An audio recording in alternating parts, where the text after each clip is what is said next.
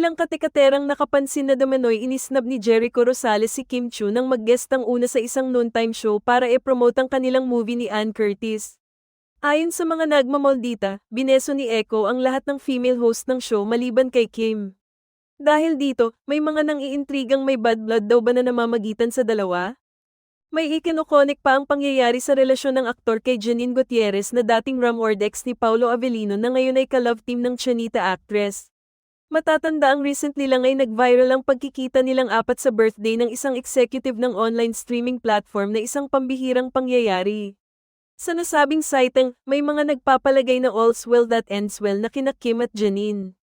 Ano ang sa inyo sa balitang ito?